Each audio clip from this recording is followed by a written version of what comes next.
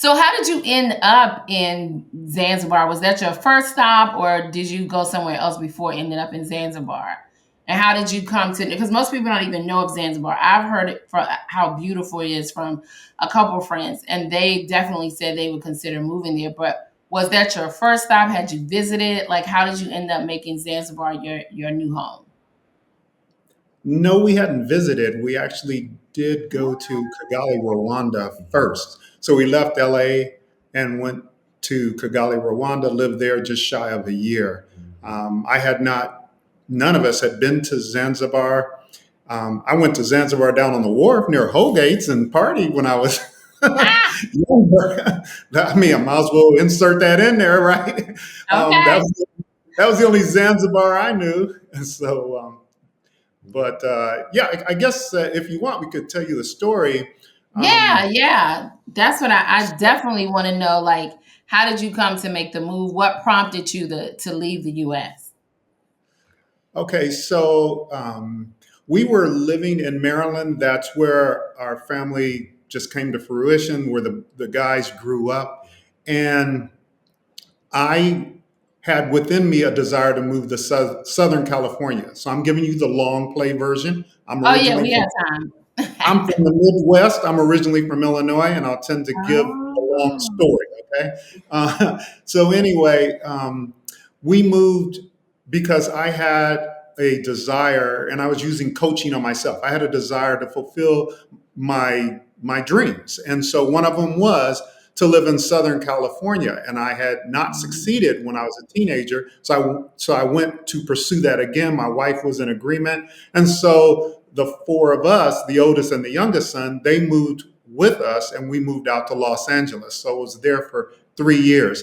We left LAX and moved to Rwanda. The reason why, over the years, we realized that my wife and I realized that financially, we would not live like we wanted to or be able to live like we wanted to in the United States.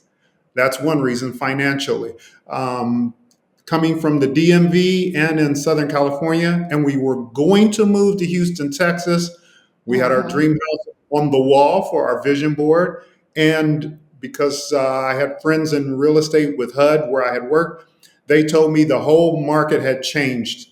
And so that was a downer. Also, I heard President Biden, he said that all federal employees and contractors needed to receive the vaccination jab. And I turned to my wife and said, we're out of here. Well, now, whatever that meant at the time, I wasn't sure. We had been to places like St. Kitts and Nevis, Jamaica, Puerto Rico, I don't know, other places to kind of investigate a little, but now everything was accelerated. Mm. And So, when you and say accelerated, what do you mean? um, I did not intend to receive this jab, this vaccination jab. That I, Mm. I, I wanted, I preferred that I got choice over what entered my body. Mm. And so that, I mean, it was a very interesting time for federal employees at that juncture because they were putting this pressure on federal employees and contractors, anyone doing business with the federal government. And I decided that enough was enough. And so what I did was I turned to my wife and said, we're out here, let's go. And we had thought about Africa a little bit. There are also aiding that decision was some interactions with law enforcement. Josiah had an interaction with law enforcement at Towson University, where he pretty much had to kiss the pavement. I had an interaction with law enforcement in PG County, where we lived at the time, and I had to kiss the pavement in front of my own house. And so, what I'm saying is, if you just look at the front page of any newspaper, whether it's the Chicago Tribune, the LA Times, the New York Times, the Washington Post, and just read above the fold, you see what's going on. And I just feel like there's this intensity that's building. So all of that's culminating, and we decided to make our exit. So I'm seeing the president speak at the end of the summer of 2021. And by the time we got to December, we were getting off a plane in Kigali, Rwanda. What? Oh my God. So you had the resources in place already, or did you just say, I'll figure it out when we leave after? Oh, great question. So we made some tough decisions. We had our house in Maryland while we still had our house in Maryland while we were living in Los Angeles, and we were renting it out, enjoying that nice, oh, that was nice, rental income. And we Yeah. decided to sell the house. Wow. Also, we were not minimalists, but I had met and worked with a few minimalists and began looking at YouTube University, learning about minimalism, and so we had cut back on things. I tried to start living my life more on purpose a few years before that. So suddenly we were totally out of debt by then. Mm-hmm. Mm-hmm. I'm not So that making That's interesting. So you started. So how many years was that? Because a lot of people are leaving, but they don't know the process that what they should be doing now. I know a lot of people want to leave, but they don't know like what should I be doing now. So when you say minimalist, you mean you started really trimming the fat and getting your finances in a place where you just string back on basically what you needed to live. That's Is yes, that right. it? Okay. Yes, absolutely. And from there, you decided on Rwanda. Yes, we And, had. and why and how? I had looked at Zanzibar, and there were some properties here. However, they weren't constructed yet. They were building at the time. It's a new development, and so there were friends of ours who were in Rwanda, two families, and Rwanda also is. It has a reputation as having Kigali, one of the cleanest cities in East Africa or on the continent, which is fairly true. It kind of rated up there with Tokyo in terms. That's one of the places that I've been, and it's really clean. Very organized. Oh, thank you. You were about Yes. to say that. Yeah. It's the government's very organized Oh, there with just interesting. things that they do from the business bureau to the cleanliness. Like you could just go and see various I guess teams of citizens just cleaning up and trimming. It's greenery everywhere. They're collecting trash and just making ways clear for everything, for traffic, for stuff. I think maybe in academia, the organization is there as well. And of course, for us to enter the country at that Mm. time, we have some type of, I think it was 10-year visa. I think some things change, with immigration and things. So I think we grandfathered into something, but the entry and all that organization to enter the country, better yet to live there, was very appealing to us. And it really helped that our family was just on calls with us. It all just kind of dovetailed by us just starting something. And then the opportunity Mm. to talk to them, we'd known them all of our lives, and they just popped back into our heads. And it's like, why don't we ask them? It doesn't mean we'll go there, but off the top of our heads, they're the only people we know living abroad that we're in constant contact with. So let's start and talk with them. And next thing we knew, that was the place that was a good soft landing for us for that first year. Mhm. So that's a place that almost like your transition place. And then Yes. from Yeah. there, you move to where you are now, Zanzibar. Okay, so that's something I don't think a lot of people would consider, because what we want to do on the podcast is give people like actionable steps. So to look at how well organized the country is, if you're considering Africa, and then look at the visa term. So talk to me a little bit about the visa. You said it was a 10-year visa, but it's changed. How and why did it change, if you know? Yes, there's a 10-year tourism visa. You only have to do border runs every 6 months. Every country is different in the world. You better tell her what a border run Yeah, is. that's what I was A going to bor- ask you. Because I might stop you, because this is really educational for people. What is a no border run? problem. Border run is when, if you're on a tourism visa or whatever visa, the government requires you to go out, get stamped, and then come back for reasons up to them. They probably share them on the website and things I'm just not remembering. And so that's just them seeing that you're following their rules and everything. They're seeing where you're going because that's at their discretion, if I'm saying that right. So you just get stamped and then you come back and I guess the clock for your visa just restarts, and it's just for your records for wherever you're going. Zanzibar, in contrast, is like every 3 months. Other countries might be every year. It's just up to whatever country. So that's what the border. Mexico has the same thing, for example. Okay. Yeah, I'm sure. It's so interesting that all the issues that we have in the U.S., I don't think we have any border runs. People just come into the border, right? So hearing this is very interesting to how other countries do it, and that's very organized. So what if you own land? If you were to buy land, how do you become a citizen, or you just are never a citizen? Oh, can I touch on that? So Yeah, absolutely. Jump in. I'd like you to reframe the question, because we are citizens of U.S. citizens by birth, although that's being challenged now. Yeah. So we tend to think of that. But if you really think about it, if somebody's trying to exit and move abroad, your first concern wouldn't necessarily be citizenship, because that may take years, whether you're in Spain, Portugal, Mexico, I don't know, any other country, Costa Rica. Whereas if you get, as Josiah said, a visa, whether it's as a digital nomad, a retiree, Tourist. and a tourist visa, an investor visa, it depends on the country, then work your way toward residency. So I actually so he has an investor residency, and I am Marlene, we have retirement residencies. And it always depends on which country. It could be different in Kenya, different in Zimbabwe, or wherever.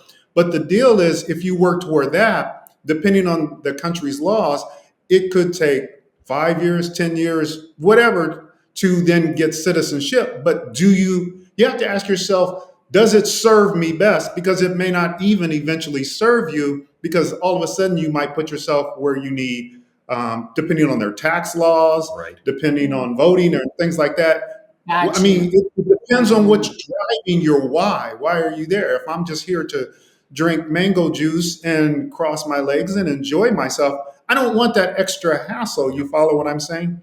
Yeah.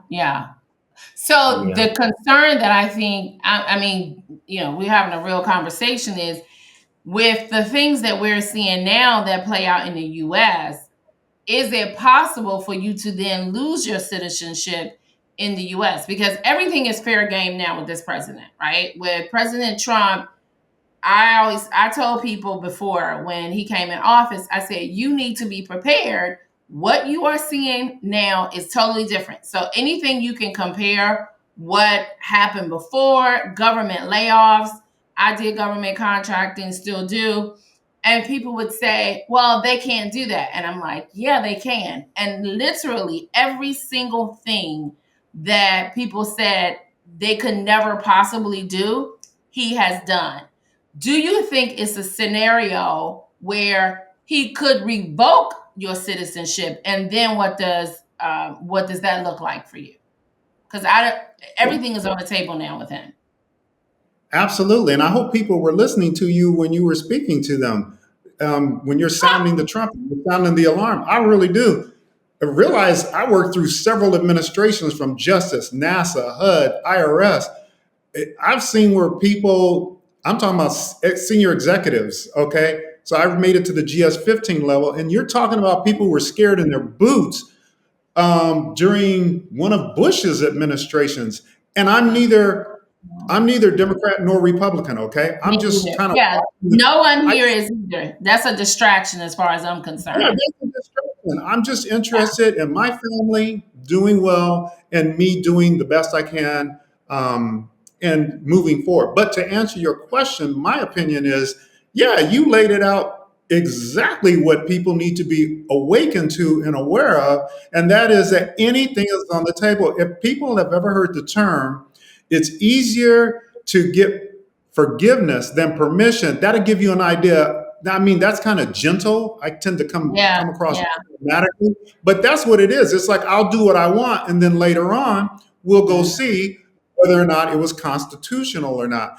If I may, there was a discussion that Stacey Abrams had with Anthony Anderson on the Jimmy Kimmel show, where she lays out Mhm. 10 bullet points, which is I literally saw what that. we're doing. Yeah. And I saw that. he's progressing, this administration is progressing through those steps right now. And I think people need to be aware of that and kind of go back and listen to what she was saying, because we're verging around step number 7, the blame game and stuff like that. What happens then? Yeah, I think there's a test that's happening to individuals who may not be so-called Black or African American, but it's next on the agenda. It's like it's like a test case, okay, dealing with Garcia, I think is his name, I forgot, that got sent to El Yeah. Salvador and all this kind of stuff. That was just kind of to feel things out, see how far I could go, and then get ready to move forward. Could we lose our citizenship? Yeah, not when you say we, it's not that royal we. Everybody could lose their citizenship Yeah. just like that, Yeah. because they're looking at the birth. What is it? The A Birth birthright. citizenship. Birth thank you. citizenship. Yeah. Yeah, Yeah. so they're looking at that, which to me is more reason to try to get yourself established someplace else, Yeah. and then work toward what you mentioned earlier. Then really have the long range plan to go after that citizenship, or at least passports. Yeah. We are not in the financial area of 7, 8 figure business and executives. Maybe some of your listeners are. So we tap into what our Caucasian cousins are doing, and seeing these people who may have 7, 8, 9 figure businesses, and they are making sure they've got multiple passports that they can, and they're looking at African countries, Mhm. and they're I also know. looking at Strong. Taiwan, Yeah. Thailand. Thailand, yeah, Thailand. really Yep. up and coming places. Yes, indeed. Yeah. So Diversification. what are the up and coming places? Because I had a conversation. We did a podcast interview about a week ago, and one of the gentlemen who has his own, he does gaming, so he creates games, and it was on manufacturing and how the tariffs. He said you will feel the tariffs starting in the fall, like back to school and Christmas time. That's when we'll see the impact of the tariffs. He said because a lot of the stuff that you're seeing has a 4 to 6 month what I call propagation time. So you don't really see it in the reality of it or the impact until you are 6 months in. And that will put us in the fall and Christmas time.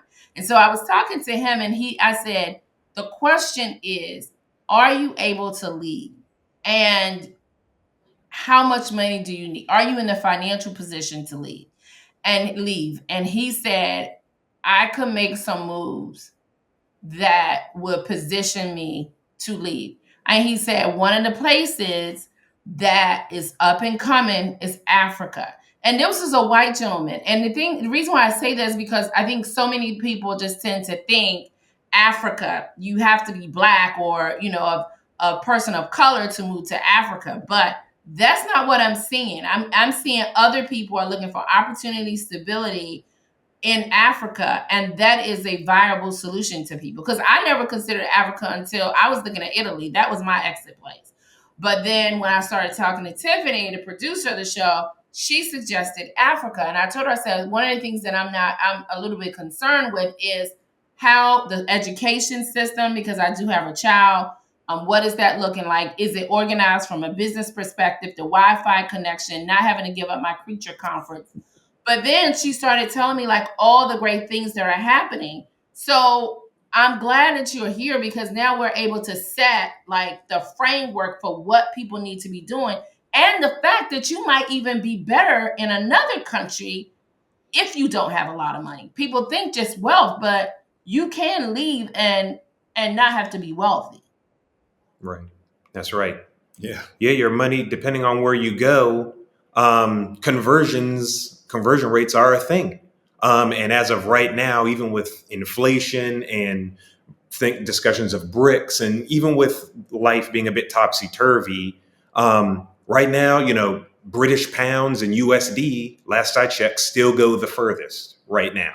So that is like, what do you have in your hand right now? Well, that's what you have. If you're a US citizen in this case, you have USD going very far, as we experienced in Rwanda and Zanzibar. You have a blue passport. If you don't, get your blue passport, because that still right now holds many advantages.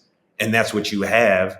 From an African standpoint of like maybe development and things, some of the countries that come to mind for development are like Mauritius. That's another island. South Africa. I have literally never heard of that island. Can you spell it? Mauritius.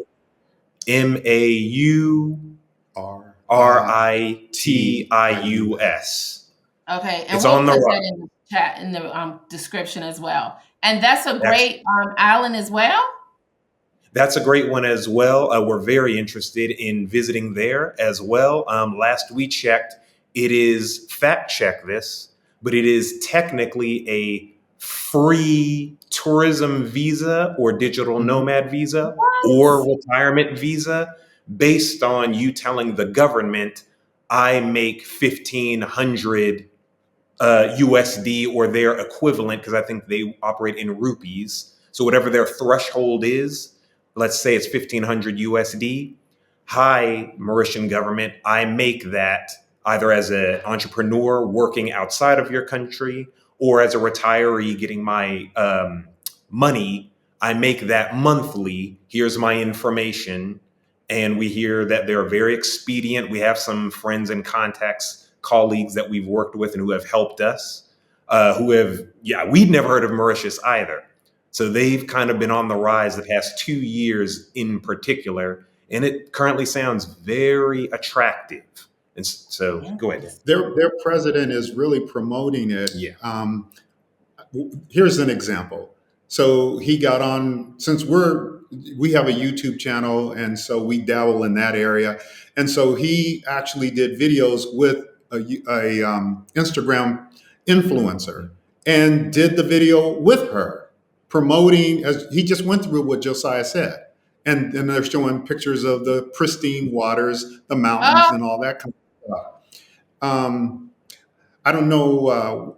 Also, let's put a word on the table that maybe people avoid: corruption. So yeah, you're going to have some corruption in some places, okay? Well, you had it here, so. Yeah, Mauritius is one of the top 10 least, Yes. LEAST, least corrupt countries on the continent of Africa. And that's a good thing to know right there. Also, Rwanda is on that top 10 list, okay? So just thought I'd just go ahead and bring it out on the table, because maybe that's sometimes people's concern. But yeah. It's very inviting to know that I could just pay $1,500 for a 10-year retirement thing. I'm sorry, I don't pay $1,500. It's my money. I just keep it in a Mauritius bank, because they want income. If you notice the way Josiah laid it out, they just want to know you're not going to come and mooch off of their country. And I mean, the United States doesn't want you doing that. Nobody wants you doing that. Right. Well, how do we end up where we are now? But that's a whole nother show. Yeah. That was a good one. But anyway, so other countries, you were asking him and he was answering countries to go to. But yeah, Mauritius, South Africa, Botswana, Kenya. I think, did I list 4 or 5 just then? Oh, Zimbabwe. Zimbabwe as well. So those are just like 4 or 5 African nations in particular that are very good for development and business. I think all 5 of them or so rate very high on the global peace index. That's something people can Google right now. Global peace index. Yes, ma'am. We share that on the channel Awaken with Mark all the time. Things fluctuate and change, so you want to be, aware of those things. Some of these things you can find in newsletters or follow, YouTube channels like ours or what have you. But Global Peace Index is huge, and I think all 5 of those nations in particular rate very high, if not at least half of them. But those are resources people use. Oh, God, I heard Ghana is really good too. Yes, Ghana's really good. We know a couple families out there as well, who have even married like native Ghanaians and started families and Oh are doing wow. well in entrepreneurship and things like construction, art, and CMOS and things like that. I follow them on Instagram and WeChat. Different Did you land say art? boundaries. Did you say art? Yeah, one I'm thinking of in particular is an artist. She's also a life coach and is working in CMOS. She does a lot of different things actually in Okay. a design, jewelry design and things. So the migrating mom is her name. So she's Oh pretty awesome. wow. Yeah, the other family is African Exodus. So we've been following them for a while. We're just always in a homework Wow. mode. This Really, is so exciting. So whether it's you're another never place. bored. You're never bored or without purpose. No, no, no, No, no. no. No, no. No, no. We want to see all the. We want to continue to travel the world. We want to see all the African countries if we can. Dad, I think, hinted at it. He'd gone to Tokyo with my brother Daniel, who's here with us now.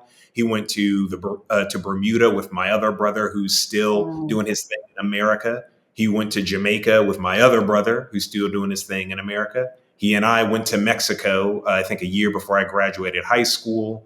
He and mom spent time in St. Kitts and Nevis and things. And so we've always been very interested in executing on visiting the world and learning, learning Mm. Spanish in high school, learning Swahili here. My girlfriend teaches us Swahili and connects us with people.